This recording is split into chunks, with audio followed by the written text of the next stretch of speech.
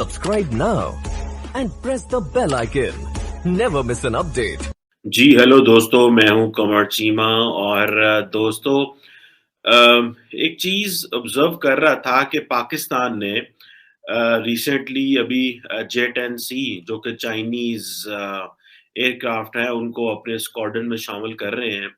और उधर से इंडिया ने, आपको पता है, राफेल जो कि उन्होंने फ्रांस से लिए थे, वो उन्होंने काफ़ी हद तक अपने स्क्वाड्रन में उसको डाल लिया है। लेकिन मैं देख रहा था कि पाकिस्तान की मीडिया मैनेजमेंट और इंडिया की मीडिया मैनेजमेंट बिल्कुल डिफरेंट है। मुझे ऐसे लगा कि जैसे पाकिस्तान चीज़ों को सीक्रेट रखता है या बड़े बाद में आके शो करने की कोशिश करता है, जबकि इंडिया जो है वो पूरा एक एक प्रॉपर मीडिया कैंपेन करते हैं इस हवाले से। अगर ये देखा जाए कि ये जो J-10C की बात हो रही है, तो इसको जब शेख रशीद साहब हमारे यहाँ पे पाकिस्तान में बड़े मशहूर इंटीरियर मिनिस्टर हैं और बड़े फ़नी भी हैं, मुख्तलिफ चीज़ों में आजकल परेशान रहते हैं क्योंकि उनको पता है उनकी पार्टी डिलीवर नहीं कर रही और वो मीडिया पे नहीं थे। जब अपोज़िशन में होते थे तो रोज़ शाम को बैठे होते थे, आजकल नहीं बैठते क्योंकि आजकल सवालों के जवाब मुश्किल होते हैं। हुकूमत में आना थोड़ा मुश्किल काम ही होता है। तो वो बार-बार कह रहे थे चाइनीज़ JS-10 व्हाइल रादर से सेइंग कि जी चाइनीज़ J-10C, तो वो बार-बार JS-10 कह रहे थे। अब दूसरी तरफ देखिए, जब आपको पता है राफेल जो है उसको लेने की बात हुई, तो I think if I am not wrong, Rajnath Singh साहब खुद पेरिस गए थे और वहाँ पे उन्होंने बाकायदा वो जो एक प्रॉपर होता है, आई थिंक वो उन्होंने कुछ तोड़ा भी था, वो उसको आई डोंट नो उसको क्या कहते हैं, खोपरा या कुछ, वो जो भी था वो तोड़ा और प्रॉपर एक वो रस्म की उन्होंने और लिए, और इंडियन मीडिया ने बड़ा उसको हाईलाइट किया जनाब कि बहुत बड़ी चीज़ आ गई है। गो कि ऑब्वियसली पाकिस्तान के साथ जो इंडिया की जो डॉग फाइट हुई, जिसमें अभिनंदन का जहाज गिरा, that was a huge challenge for India. Then China line of actual control पे इंडिया को चाहिए थे जहाज, तो उन्होंने अपनी इन्वेस्टमेंट करनी थी। सो इंडिया ने जिस तरह उसको हाईलाइट किया, प्रोजेक्ट किया, और वो एक ज़ाहिर बात है that is completely different from us. यहाँ पे पाकिस्तान में ये बात हो रही है कि हम 23 मार्च की परेड में जो है J-10C को इंक्लूड करेंगे। और ज़ाहिर बात है कि इसमें जो जो 10 इसमें पहली बार जो कहा जाता है कि जो J-10C है ये इसकी इसको पाकिस्तान की जो पॉलिटिकल एस्टेब्लिशमेंट है वो तो इसको समझती नहीं है और कोई बंदा इसका क्रेडिट भी नहीं लेता। इंडिया के अंदर आप देखिए डिफेंस इक्विपमेंट का हर पॉलिटिशियन क्रेडिट ले रहा होता है, जो रूलिंग पार्टी है। और यहाँ पे अमूमन पाकिस्तानी पॉलिटिशियंस जो है वो क्रिटिसाइज़ कर रहे हैं हमारे यहाँ पे, ख़ास करके पीएमएलएन वालों को मैं देख रहा था, वो कह रहे थे क्या ज़रूरत थी ये लेने की, हम JF-17 थंडर को और कुछ कर लेते, उसको थोड़ा अपग्रेड कर लेते तो हम उसको कर सकते थे। अब कहा ये जा रहा है कि 2019 से ये बातें चल रही थी कि पाकिस्तान ये जहाज़ खरीदेगा और पाकिस्तान ये जहाज़ खरीदेगा, लेकिन अभी जो 23 मार्च को पाकिस्तान इसको अपने जो है वो इंक्लूड करेगा अपनी एयर फ़ोर्स में, तो इसको ज़ाहिर बात है कि आजकल ही में ये आने वाले हैं, जनवरी-फ़रवरी में ये आ जाएँगे। और अगर फ़रवरी में मेरा ख़्याल है पाकिस्तान को ये जहाज़ मिलते हैं, और सुनने में आ रहा है कि 36 जहाज़ आएँगे, जो कि 18 हथियारों पर मुश्तमिल 2 स्क्वाड्रन होंगे। और ये जो ज़ाहिर बात है 23 मार्च को अगर पाकिस्तान के से पहले उन्होंने हमारे हवाले करने, और ये भी बात है कि जिस तरह इंडिया के अंदर वो है, आई थिंक वो भी बड़े पैमाने पे अपना रिपब्लिक डे मनाते हैं, तो पाकिस्तान ने भी इस दफ़ा जो है वो रिपब्लिक डे को बड़े पैमाने पे मनाने का प्लान किया है, जिसमें कोई बाहर से डिग्निटीज़ वगैरह भी आएँगे। वो किस तरह के डिग्निटीज़ हैं अभी इस पर कोई वो नहीं चली, लेकिन इंडिया जो है वो अपनी मीडिया कैंपेन बहुत ज़्यादा चलाता है।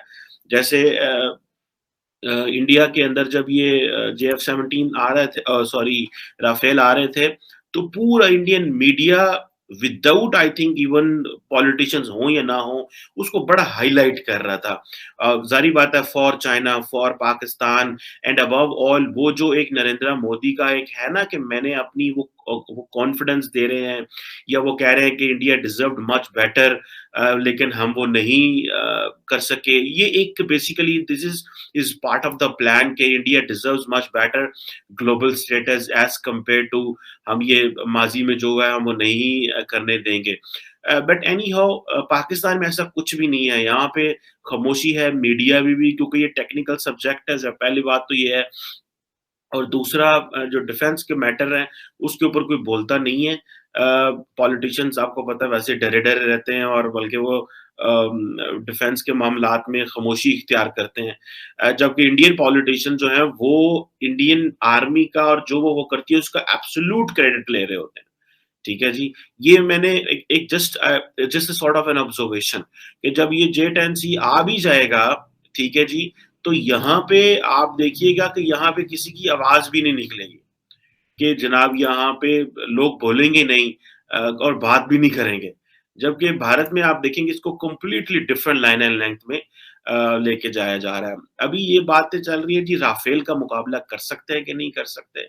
अब ज़ाहिर बात है कि ये एक डिफरेंट सवाल है। लेकिन ज़ाहिर बा ये जो J-10C जो है, ये कहा जाता है कि जो पीपल्स लिबरेशन आर्मी और एयर फोर्स में ये 2004 में उसका हिस्सा बना थे। पहले ये J-10A था, फिर उसके बहुत और वेरिएंट भी आए जिनमें J-10A, J-10B और J-10C शामिल है। लेकिन ये जो J-10 है ये बेसिकली जो 2004 में इंडियन एयर फोर्स और इंडियन नेवी का हिस्सा बना थे। और इसको ज़ाहिर बात है कि पाकिस्तान जो है वो चीन से ले रहा है, तो इसका मुकाबला जो है वो भारत के लिए ही करना है और पाकिस्तान को J-10C और किसी के लिए नहीं चाहिए, क्योंकि पाकिस्तान ने इस चीज़ को महसूस किया और क्योंकि इंडिया काफ़ी देर से ये प्लान कर रहा था कि हमें राफेल खरीदना है, राफेल खरीदना है, तो पाकिस्तान ने कहा कि ठीक है, हम भी राफेल अब प्रॉब्लम ये है कि इंडिया के लिए जो मार्केट ओपन है, वो पाकिस्तान के लिए मार्केट ओपन नहीं है। इंडिया को अब जो है फ्रांस दे सकता है, हमें फ्रांस नहीं देगा। इंडिया को अमेरिका अगर इंडिया कल जहाज़ लेने जाए तो इंडिया को अमेरिका जहाज़ दे देगा, हमें नहीं मिलेंगे। हमारे पास जो एक बनती है, मार्केट बनती है, वो है चाइनीज़ मार्केट और उसी का हम फ़ायदा उठाते हैं। और इसके अलावा हमारे पास कोई चॉइस भी नहीं है। लेकिन क्वेश्चन ये है कि क्या ये JF-70 अपना राफेल का मुकाबला करेगा? ज़ाहिर बात है ये एक बड़ा टेक्निकल सवाल है और इसमें ज़ाहिर बात है कि इसकी जो सुनने में आया है डिफरेंट है। मैं I am not a technical expert on planes aircrafts जो है इनके लिए कोई लेकिन ये है कि जो J-10C के कहा जा रहा है कि इसकी जो स्पीड है अगर उसको उसका काबिली जायज़ा किया जाए तो जो राफेल की जो स्पीड है वो कोई 1912 किलोमीटर है। और जो J-10C की रफ़्तार है वो 2400 किलोमीटर है और जो J-10C में कहते हैं जो रडार लगा हुआ है वो एक और नेचर का है जिसे I think 1400 transmitter receiver module नस्ब है उसके अंदर, जबकि राफेल के अंदर जो रडार लगा हुआ है वो RBE-2 में है। 838 मॉड्यूल है। सो ये डिफरेंट किस्म की है लेकिन जैसे J-10C की जो फेरी रेंज है वो 3200 किलोमीटर है जबकि राफेल की जो रेंज है वो 3700 किलोमीटर है। J-10 की जो सर्विस सीलिंग 18,000 मीटर और राफेल की जो सर्विस सीलिंग है वो 15,835 मीटर है।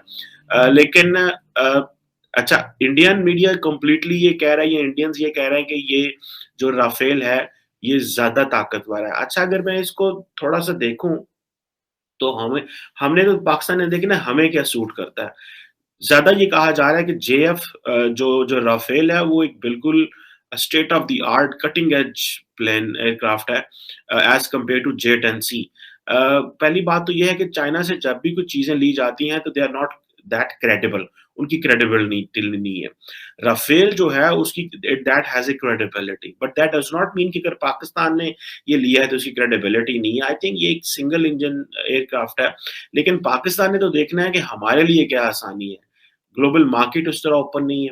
पाकिस्तान जो है वो इसकी अपग्रेडेशन कर सकता है, हम इसको अच्छे तरीके से हैंडल कर सकते हैं।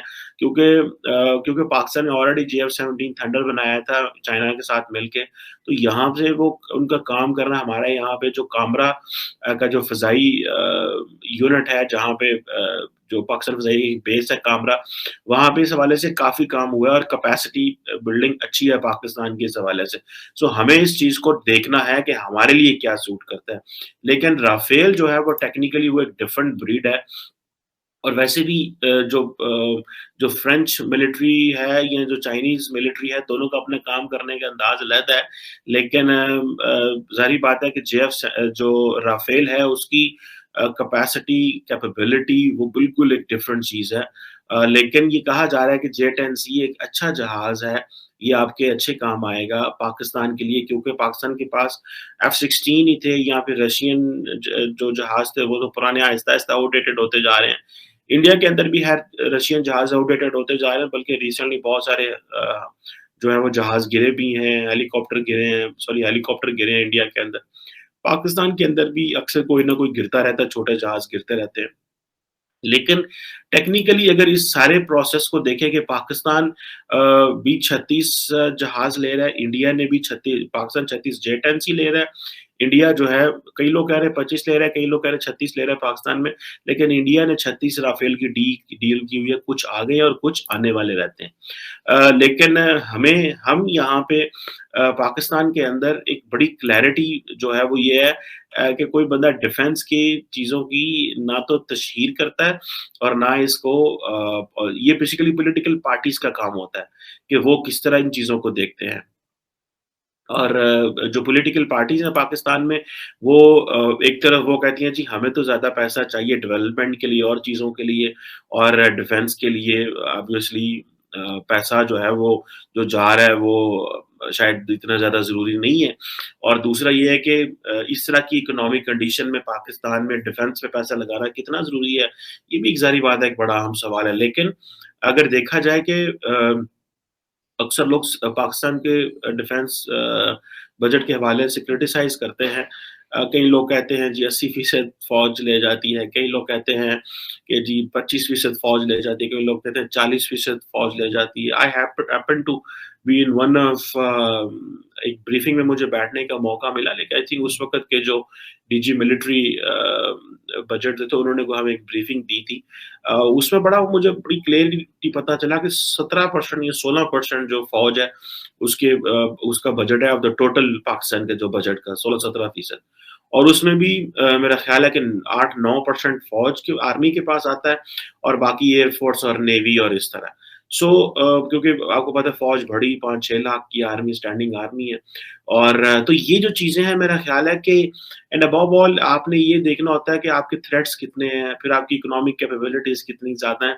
पाकिस्तान के थ्रेट्स भी बहुत ज़्यादा हैं, लेकिन हमारे इकोनॉमिक चैलेंजेस भी बहुत ज़्यादा हैं। लेकिन somehow Pakistan has achieved that strategic stability हम अचीव कर चुके हैं with the capability of acquired nuclear weapons and missile capability Pakistan के पास है।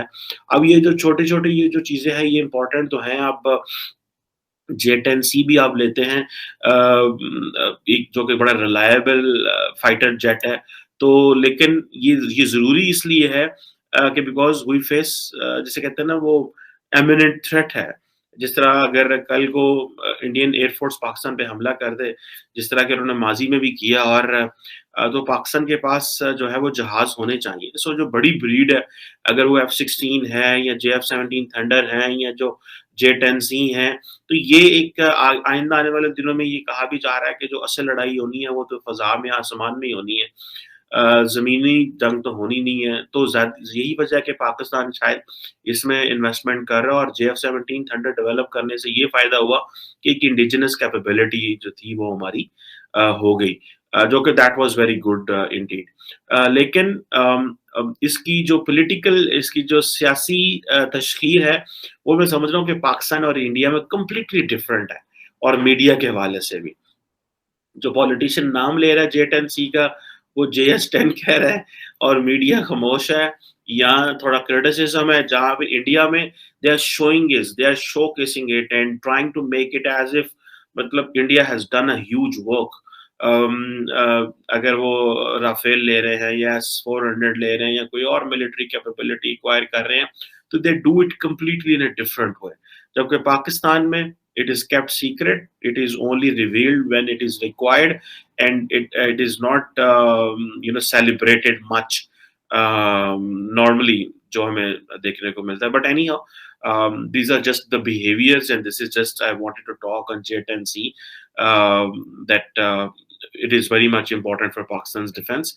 लेकिन let's see जब ये जहाज आएगा पाकिस्तान में, तो then how it contribute, because I think जो पाकिस्तान Air Force है, they have not spoken it officially yet on this, but yes, there was a media report on it.